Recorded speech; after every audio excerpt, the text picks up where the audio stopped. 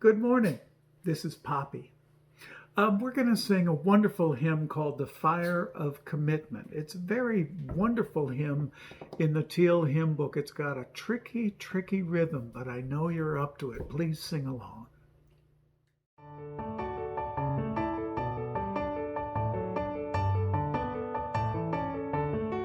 From the light of days remembered burns a beacon bright and clear, guiding hands and hearts and spirits into faith set free from fear. When the fire of commitment sets our mind and soul ablaze, when our hunger and our passion meet to call us on our way, when we live with deep assurance of the flame that burns within, then our promise finds fulfillment and our future can begin.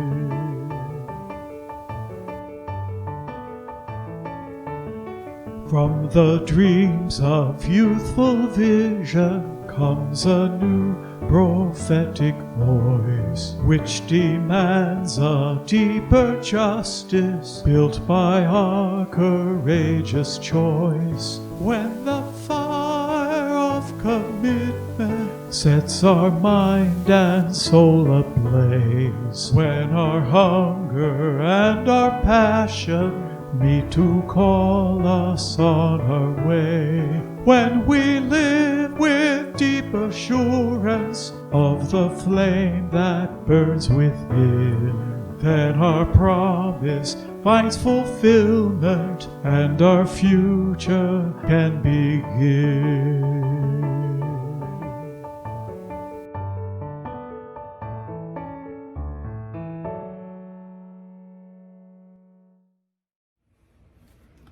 Good morning, everyone. I'm Bill Motter, a member of the worship committee, and happy to be part of the service today. Our minister, Reverend Jack Donovan, is hopefully enjoying some well-deserved vacation time. If you'd like closed captions for this YouTube presentation, put your cursor on the screen and look for the little box with CC in it at the bottom of the screen. Click on that for the captions. I hope you'll check out what's happening at UUSP by going to our newly redesigned website at uustpete.org. And please join us after the service for a virtual coffee hour. It's on Zoom, and the information on how to join will be shown at the end of the service. Be ready to write it down during the final music. It's a chance to check in and see how everyone's doing. This week is our Share the Plate service. Today's Share the Plate will go to Social Justice's UU's Helping People Subcommittee. Your contributions will help UUHP continue their outreach to people in need at the Friday night picnic, which continues to serve approximately 80 people each week. In addition to food, we distribute masks, hand sanitizer, and personal products. We have also installed windows and doors in our first tiny house for a homeless veteran. Please contact Sabina if you would like more information. Now I'll light our chalice, symbolizing our devotion to the light and communion of our community and all living creatures. Please join me at home to share the words of our covenant.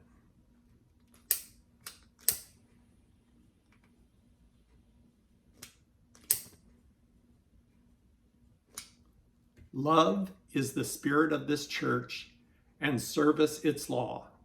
This is our great covenant, to dwell together in peace, to seek the truth in love, and to help one another.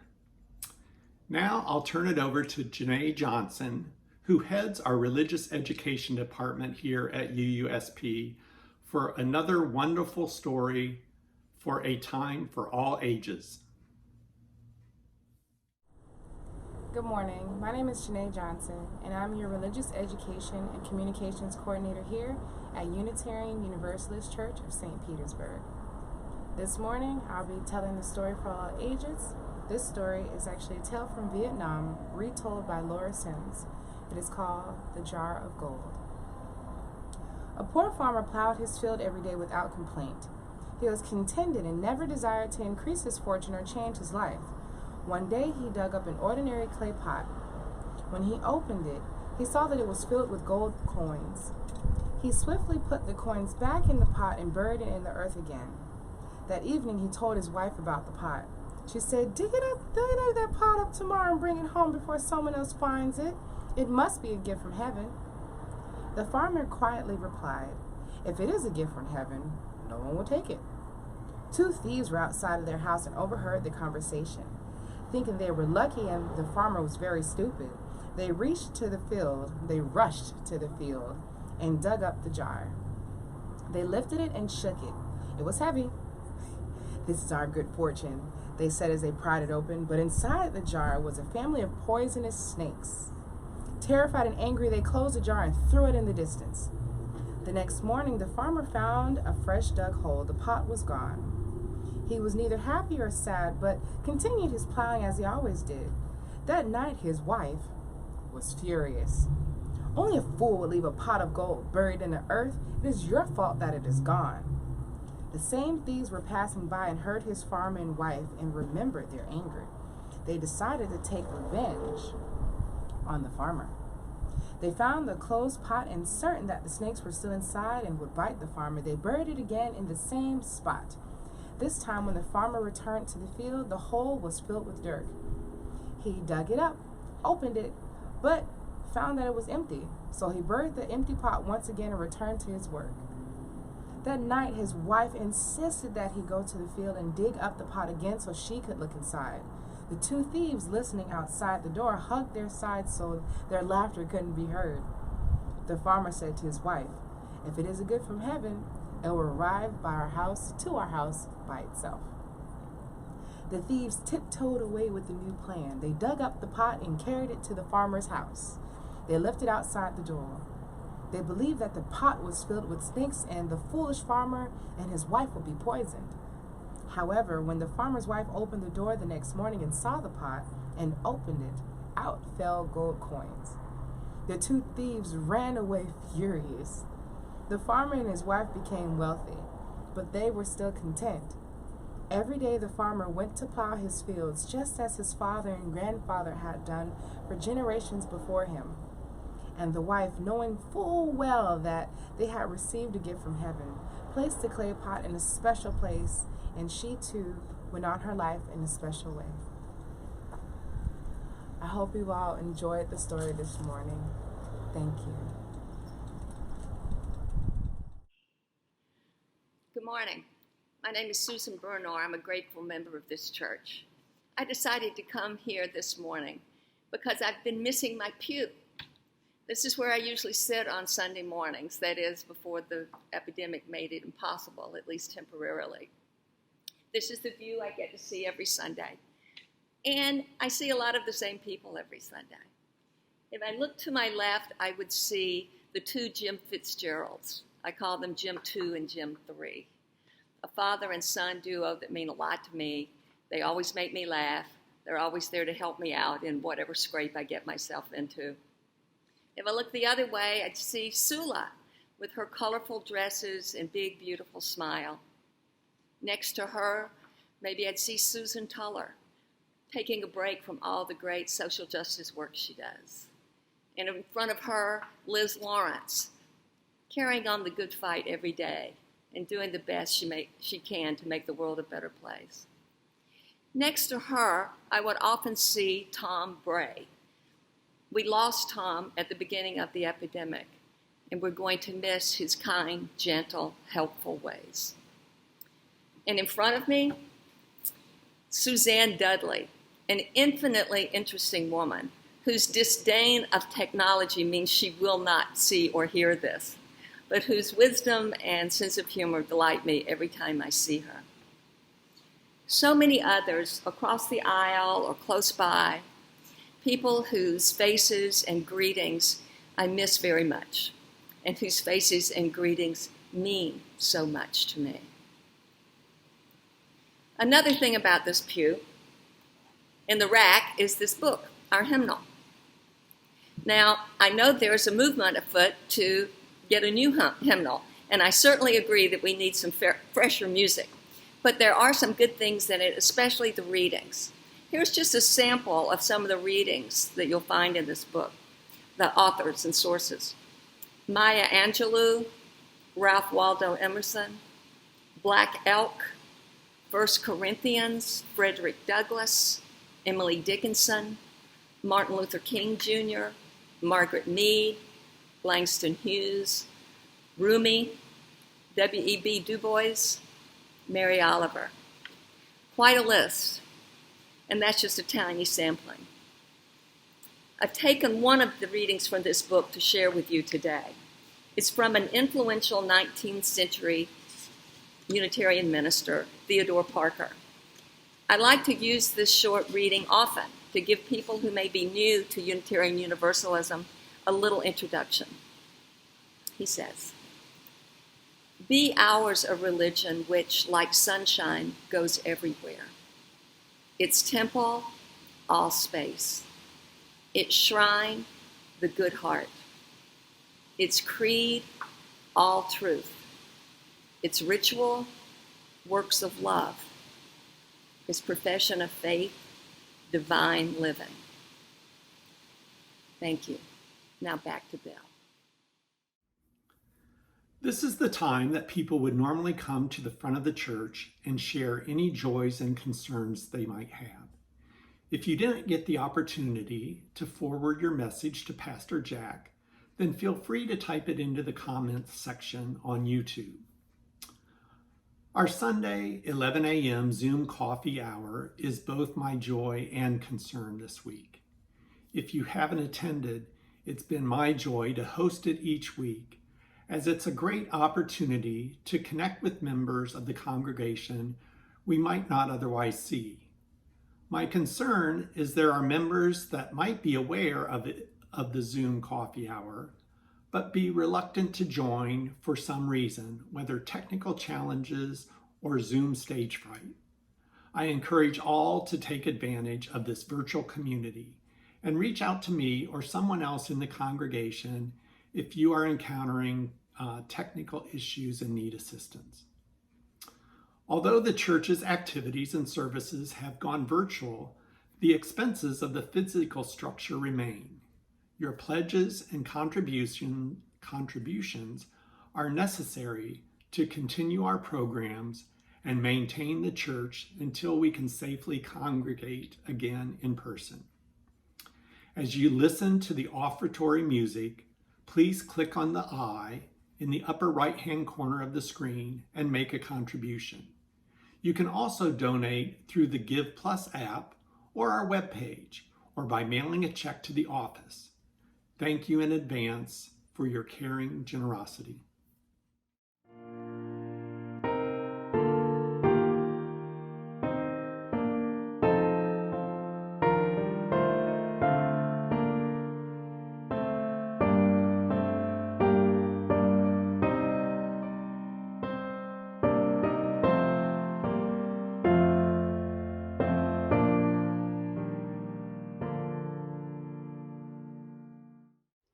Good morning.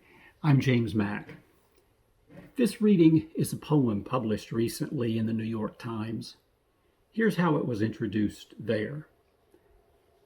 Sometimes a poem just strikes a precise moment. This one feels utterly necessary for our time. A poem celebrating minor, automatic graciousness within a community which can shine a penetrating light. It's a catalog of small encouragements. The poet is Danusha Lamaris, and it's called Small Kindnesses. I've been thinking about the way when you walk down a crowded aisle, people pull in their legs to let you by. Or how strangers still say bless you when someone sneezes, a leftover from the bubonic plague. Don't die, we are saying. And sometimes when you spill lemons from your grocery bag, someone else will help you pick them up. Mostly we don't want to harm each other. We want to be handed our cup of coffee hot and to say thank you to the person handling it, to smile at them and for them to smile back. For the waitress to call us honey when she sets down the bowl of clam chowder, and for the driver in the red pickup truck to let us pass. We have so little of each other now, so far from tribe and fire. Only these brief moments of exchange. What if they are the true dwelling of the holy? These fleeting temples we make together when we say, "Here, have my seat." Go ahead, you first. I like your hat.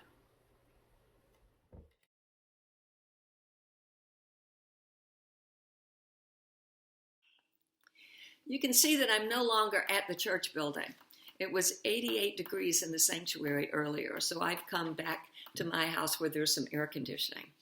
But I did bring along this beautiful photograph that Dick Miller took and donated to the church. You can see, this was about 4 years ago, you can see here are the Jim Fitzgeralds and the late, great Barbara Rowell. I see Toby and Julie Newcomb and Cynthia Patterson, Cynthia and Robert Alisea here. You'll also notice that there's a lot of blank spaces there, or empty places on the pews. That's not the way it was in March. Our congregation has more than doubled since this was taken, like I said, about 4 years ago, to the point that we had opened up the balcony for additional seating. That growth begs a question. Why?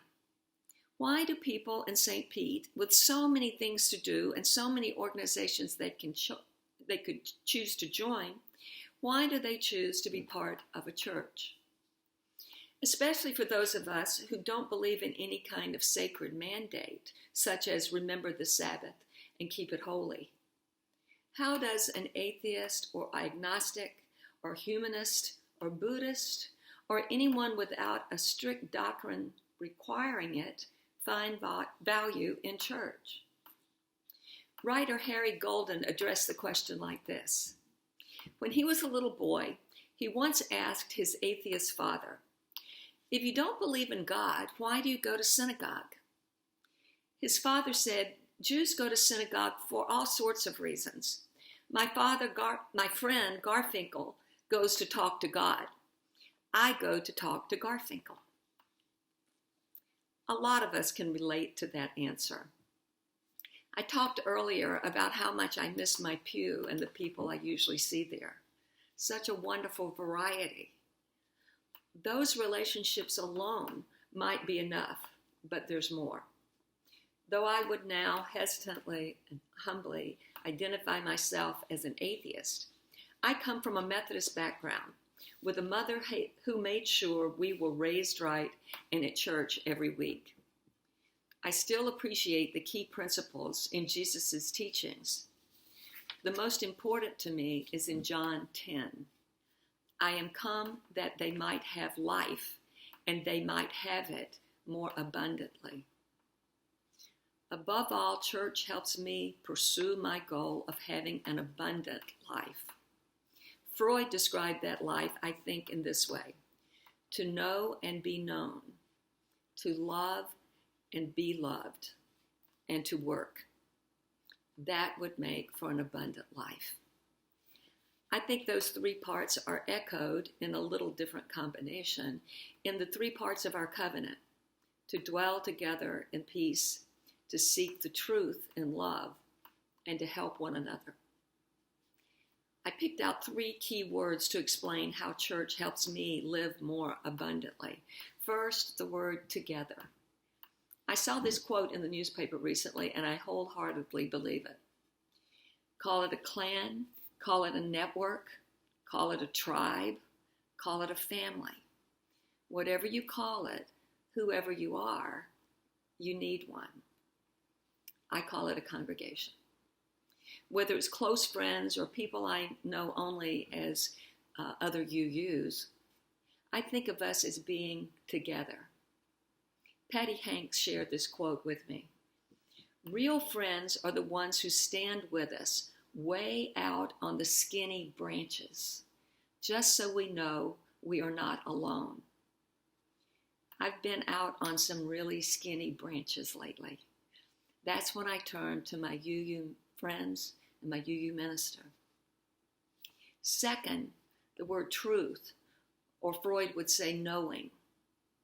Yes, I could and do read about living the abundant life, but do I have to start from scratch? By myself? When I can have someone like Reverend Jack on my personal payroll, so to speak, distilling all his years of training and study into an enlightening message every week. You may have noticed that there's an anti-intellectual trend in our country right now. I think it's dangerous. To believe that a person with a good brain doesn't need the advice of experts is just foolish. If I turn to experts for help on everything from car repair to my hearing aids, surely I could benefit from experts on a matter as important as how to live my life. And finally, sometimes I just plain need help, and I need to give help. My friends at the SBCA, my other volunteer organization, are not calling me to see if I'm okay. My political party is very interested in staying in touch with my vote and my pocketbook, but they are not going to bring over a hot meal if I come down with the flu. Not everyone has a family to rely on. Church is where I count on people to care and to help. Sunday Assembly is a new atheist church movement. I guess they never realized that they'd be very welcome at most UU churches. Its co-founder wrote this in an article about his struggle to get the movement off the ground. He says, "A lot of people say I've got a problem with organized religion, but that's stupid. Organization is one of the best things about religion." Wow, that kind of turns things around, doesn't it? An atheist admiring organized religion. But I think he's right. In spite of all the abuses and destruction some misguided religions spread, churches can be used for incredible good, perhaps more so than any other non-government organization. Of course, to misappropriate Will Rogers' words about being in the Democratic Party, I'm not a member of any organized religion, I'm a Unitarian. A final thought on how an atheist can be a church lady. I, of course, asked my best friend, Google, that girl knows everything, and found this from an atheist who attends Catholic Mass. She said, "Though it's impossible to see into the hearts of the people seated in the pew next to me, it's still of comfort to me that those people are ostensibly there to learn real world skills like forgiveness, charity, and love. Going to church reminds me that everyone is just trying to figure out the best way to be human. Learning forgiveness, charity, and love as real world skills, building the abundant life for myself and others, sign me up. Whether it's in this beautiful sanctuary or over YouTube, to that kind of religion, this humble atheist says, Amen." Thank you for listening today, and thank you for being my church. As I extinguish our chalice, please join me with words reminding us of how we may bring new light to life. We extinguish this flame, but not the light of truth, the warmth of love, or the fire of courage. These we carry in our hearts and out into the world.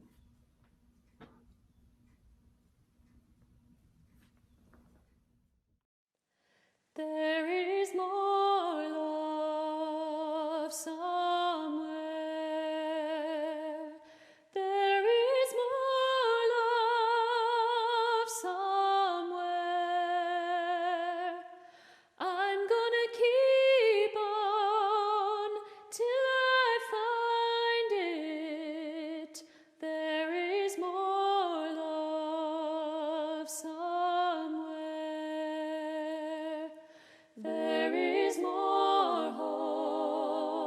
song.